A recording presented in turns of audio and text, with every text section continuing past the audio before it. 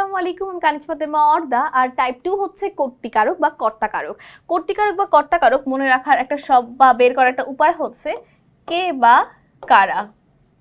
আমরা ক্রিয়াপদকে কে বা কারা দ্বারা প্রশ্ন করব, যে উত্তরটা আসবে সেটা সেই কারক হবে, ঠিক আছে, অর্থাৎ কর্তৃকারক হবে। কোন বাক্যে কর্তায় এ বিভক্তির উদাহরণ দেওয়া হয়েছে? পাগলে কি না বলে, কে কি না বলে পাগলে। প্রথম অপশনে আমরা পেয়ে গিয়েছি এ বিভক্তি, একার যুক্ত বিভক্তি, তাহলে এর উত্তরটা কি হবে? 4-এর ক। বাঘে মহিষে এক ঘাটে জল খায়, এই বাক্যে কোন জাতীয় কর্তা উল্লেখ করা হয়েছে?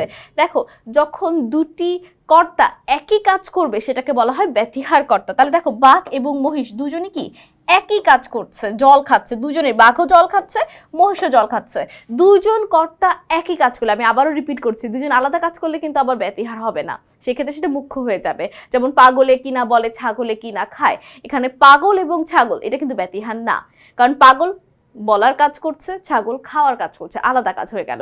অর্থাৎ দুইজন কর্তা যখন একই কাজ করবে শুধুমাত্র তখনই সেটা হয়ে যাবে ব্যতিহার কর্তা।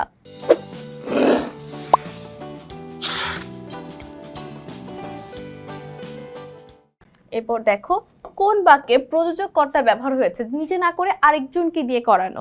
শিক্ষক ছাত্রকে ব্যাকরণ পড়াচ্ছেন, শিক্ষক নিজে কাজটা করছেন না, ছাত্রদের দিয়ে করাচ্ছেন। বাক্যের ক্রিয়া সম্পাদনের বৈশিষ্ট্য অনুসারে কর্তৃকারকে কর্তা কত প্রকার? এটাকে মূলত 4 ভাগে ভাগ করা যায়: মুখ্য কর্তা, ব্যতিহার কর্তা, প্রযোজক কর্তা, প্রযোজ্য কর্তা। তাহলে 4 প্রকার। বাঘে মহিষে এক ঘাটে জল খায়, আমরা মাত্র জেনে এসেছি দুইজন একই কাজ করছে, তারপর এটা অবশ্যই কি হবে? ব্যতিহার কর্তা। কোন বাক্যে ব্যতিহার কর্তা রয়েছে? বাঘে মহিষে এক ঘাটে জল খায়। আমার যাওয়া হয়নি, আমার কোন কারকে কোন বিভক্তি? দেখো, এটা অবশ্যই কর্তা, আর আমার র আছে, এটা ষষ্ঠী, কর্তায় ষষ্ঠী। ঘোড়ায় গাড়ি টানে, এখানে ঘোড়ায় কোন কারকে কোন বিভক্তি? আয় অন্তস্তীয় আছে, ঠিক আছে। তাহলে এ লে তে ইয়া ইলে ই, মানে সরি, কে রে দ্বারা দিয়া কর্তৃক কে রে হতে থেকে চে, র এর অন্তস্তীয় এ তে, তাহলে এ তে অন্তস্তীয় এগুলো হচ্ছে সপ্তমী, তাহলে কর্তৃকারকের সপ্তমী। মুষলধারে বৃষ্টি পড়ছে, বাক্যে বৃষ্টি কোন কারকে কোন বিভক্তি? কি মানে এটা কি হবে? অবশ্যই কি কে পড়ছে, বৃষ্টি পড়ছে, বৃষ্টির সাথে কোনো বিভক্তি নেই, তার মানে এটা শূন্য। যখন কোনো বিভক্তি থাকে না সেটাকে বলা হয় শূন্য বিভক্তি।